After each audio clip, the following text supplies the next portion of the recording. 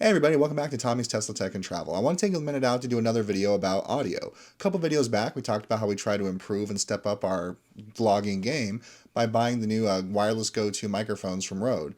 And so far, they've actually been really well. In fact, why I'm doing this video is to do a real test with them, but also talk about the evolution of audio on the show. So I've always shoot basically on three different cameras. I have my GoPro 8, I use my G7X Mark II, and I also occasionally use my Nikon D5100.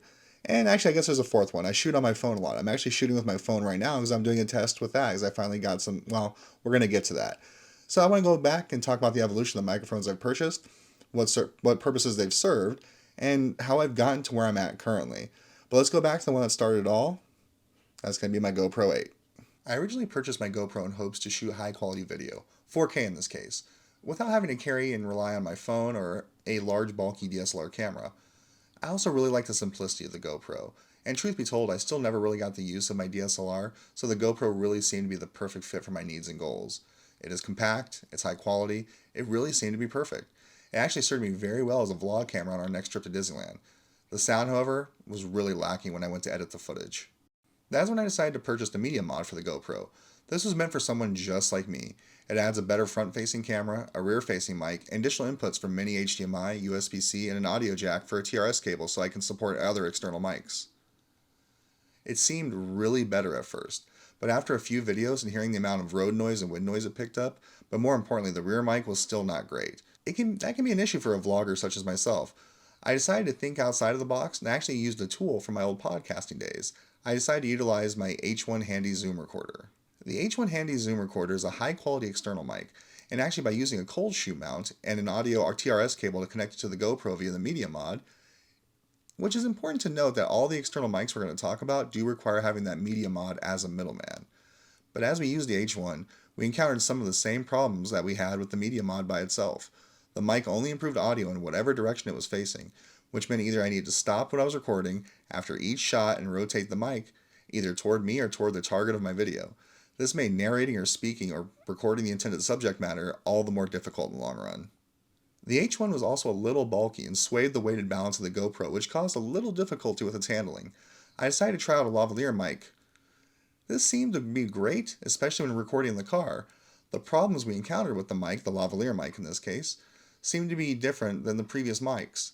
It mostly centered around the connection. The lavalier mic was a TRS out of the box, which means I had to use a TRS adapter for it to work, and half the time it failed using this adapter, so I'd be recording and never actually get any usable audio. This resulted in me in having unusable material and frankly just wasting my time. After a little research weighing quality, size, and cost, the Rode Video Micros seemed to fit the bill just perfect. It wasn't bulky like the H1, it didn't require the adapter like the lavalier mic, and it was a high quality mic that more so than all my previous models I've used before. It even came with a nice wind guard known as a dead cat. Like the H1 and the Media Mod, the direction recording was a little bit of an issue at first, but not nearly as much. The biggest issue I had was that dead cat that it came with. It was so bulky it often showed up in the video no matter where I put it on the cold shoe mount on the GoPro. This seemed to be a known issue too when I looked into it, and it was an easy fix for a couple bucks. I was able to secure a smaller foam wind guard that seems to work just as well than the included dead cat from Rode. And this served me fantastic, except when in the car. As I drive a Tesla, the car and wind noise is notorious, and if I was speaking to someone, the directional issue still really proved to be a problem. Even when I was speaking to someone side by side with me, if it wasn't facing them directly, I couldn't hear them that well or hear myself that well if the microphone was facing somewhere else. So that's when I decided to finally make the big leap and make an investment to a high quality mic that I can wear on my person, record myself and someone else at the same time, and not be really big and bulky or run the risk of not recording without me knowing or no warning. I decided to go with the Rode Wireless Go 2 microphones. This is an audio system that is perfect choice for all GoPros and, well, even the high-end cameras like my DSLR. You get that real professional quality and you can record multiple channels at the same time. The nice thing is they still utilize the TRS cable to connect to the GoPro, and the built-in clip that's on the receiver is the perfect size for using as a cold shoe mount on the media mod itself. I've only had a limited time so far with these microphones, but it's been a fantastic improvement in experience. In fact, the only issue we've had so far was 100% user error on my part. So from now on, I'm just going to be more diligent about making sure that the receiver is on and verifying it's recording before I start recording the video. And I love that I can use my phone as well. Or can I? But more on that to come. Well, this has been the evolution of my GoPro audio. From its native mic to the small step up to the much needed media mod, the trial and error of the H1 Zoom Handy Recorder, and the mighty might of the Video Micro. All roads, though, have eventually led to me using the Rode Wireless Go 2. So far, it's been the best choice I've made when it came to any of my video equipment and my vlogging series. But what about my other camera that I use, my newest one, the Canon G7 Mark X2? It doesn't have an external mic option. So what do I do if I want to improve the audio on there? I guess the answer there is pretty simple. The native audio to the camera is actually pretty fantastic, whether you're in front of it or behind it. The only improvement I really had to make was buy a little dead cat to cover the microphone on top of the camera. I will admit, if you're a little far away, it's really hard to pick up the audio. But other than that, I think the native audio has been pretty great. That's why I tend to use that camera more often than not.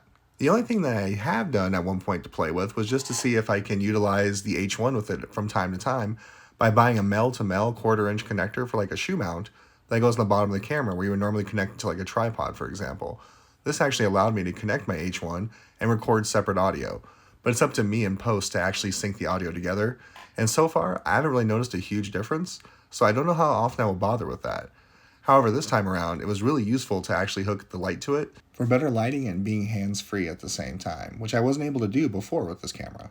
But what about my DSLR camera? What about the audio there? Like I said earlier in the video, I really don't use my DSLR as much as I used to. In fact, it's one of the first times I've taken it out of the case in months. But I do occasionally still use it, especially if I want that nice crisp shot or give myself like a 2-shot setup. But I like to use the shotgun mic still first and foremost. But that little foam piece that I bought that, replaced that dead cat that was always getting in the way, I think it still works just fine, but since it doesn't get in the way, I prefer to use the dead cat it came with. So when I do use it, it looks a little bit more professional. I feel like more of a professional. And I just utilize it wherever I can and when I can. And just a second audio backup when I'm recording my audio.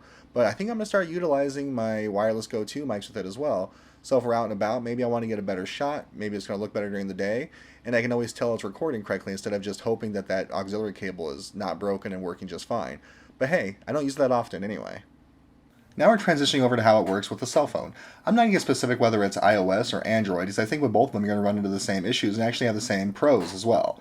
I personally downloaded an app called Rode Recorder, which is like a standalone recorder system. And what I like about it, it tells you whether it's an internal or external mic.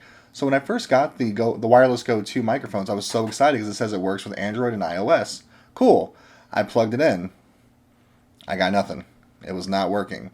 I could not figure out why. So while I was looking for a replacement case, because the one that it sends you to use with the things is pretty flimsy. It's this. Yeah, that's Velcro if you hear that. Basically, it's a pencil case that happens to say Rode on it. So this was not the best case, especially when you pay $300 for your microphones. So what I did is I went on what's the other one? Amazon. And I ordered a hard case. It's the same type of hard case I have for my Canon G7X Mark II. What I like about it, it's got the zip front. It's actually custom built to hold the microphone and the receiver in here. It's got a spot for all the cables, and it's a really good hard shell, so it can get crushed and knocked around your bags a little bit. But here's what it comes with. It comes with this, which is called, let's get a little focus in there, a TRS cable. I don't know if you notice, but there's 2 black lines on there. That indicates left and right channel sound for audio. So right channel, left channel. Cool, works perfect with my camera setup. It works perfect with my computer. But when I went to plug it in to use it on my phone, I don't know why it didn't occur to me right in that moment. It didn't work. It just kept saying internal mic, not external. So I wasn't quite sure what I was going to do at this point. So I did a little more research. As I ordered this, I also ordered another cable. It's a TRRS cable. So one side's gray and one side's black. And here it is. It finally arrived the other day. So the gray side is actually what you're going to plug into your phone. So whether it's iOS, whether it's Android, you want the gray side. But if you'll notice, there's actually a third line. So that's left channel, right channel, microphone. Yeah, it never would have occurred to me either. I don't know why I was thinking like, oh, you don't need that, that's fine. But I plugged it in and I realized, oh, modern day Androids and modern day Apple products don't have that headphone input. So you gotta do an extra step. Are you guys ready for the funniest sounding names you've ever heard in your life? You gotta get these 2 pieces, whether it's Android or iOS. If it's Android, you want a USB-C to audio jack input, 0.8 millimeter. So what's funny, well, and the same thing with iPhone, lightning connection to the same type of headphone jack. The reason I say prepare for the funniest product, yeah, these are just audio adapters, but they're actually called dongles. I actually went into an electronics store and said, hey, I'm here to buy a dongle. They're like, excuse me? What'd you call my mother? No. So in order to actually make this work correct, you're going to have to utilize one of these. And just for the sake of demonstration, I'm going to take the cable here. The part with the two black lines with the right and left channel, that's what plugs into your receiver. So let me show you here. It wants to come out of the case. It's a good case.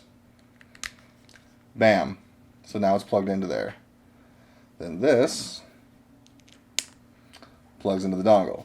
So it is a couple extra little cables to really get the sound you want, but it allows you to utilize your phone like you would use your camera, whether it's a DSLR, my G7X Mark II, or whatever camera you like to use. So I thought that was a fantastic extra little step. Gets you the great quality sound to take. So it's worth it in my opinion. But where does this go at that point? Like most people, I have one of these phone clips that plugs into whether it's my Manfrotto or a tripod or what have you, stretches to fit any one, but there's no place to really stick this. So I ordered a new one. Baby, that cold shoe mount is going to save us every time. So now my phone plugs in like normal. I put it on top of the cold shoe mount, plug this device in, and now I got my 2-channel mics. Like I said earlier in this video, the wireless Go 2s are the most universal microphones I've had to date. My only knock, if I can add one thing to it, would be to add a Bluetooth element, so I can use it wirelessly. But you also get that lag in there at that point. You're not really sure how well that's going to work in the long run. But with any kind of phone you plug in, now you can do these bad boys. But the nice thing is, with this type of connection, you can really do any microphone you choose. It's just, I think going forward, you're going to see me using these wireless Go 2s a lot more. When I'm using my DSLR though, I think I'm going to stick to using that shotgun mic, that Video Micro, just because I like the fact that it picks up the sound in whatever direction I'm going in. And if I'm using that microphone, chances are I'm trying to pick up whatever sound it's pointed in. That's not really so much a vlogging camera, although it does have a nice little screen I can flip through, which was the original selling point to me when I first got it. But guys, thanks for tuning in. That's my little audio review for everything when it comes to my GoPro, the evolution of my audio, if you will. From my GoPro to my Canon G7X Mark II to my DSLR Nikon D5100, all the way to my phone. So, truth be told, there's no excuse not to go out and make the content you want to make. It's just a matter of how much you're willing to dedicate to it and what you're willing to do to improve the quality of your product. I started off as a guy who just wanted to edit and make videos for fun, and that's still what I want to do today, but I also want to turn out the best product I possibly can. And that's what these products and these audio equipment allow me to do. So thanks for tuning in. Thanks for taking another ride with us. Hopefully we can take another ride again soon. I'll put a link down in the description to some of the products I've talked about today so that way you can check them out for yourself. And if it's something that helps you out, I'm glad it could help. And if it doesn't, well, at least you learned something today. Or maybe learn something. I don't know. I can't speak for you, but I will. This is your favorite vlog ever. That's why you're going to like and subscribe right now. Bye-bye, everybody.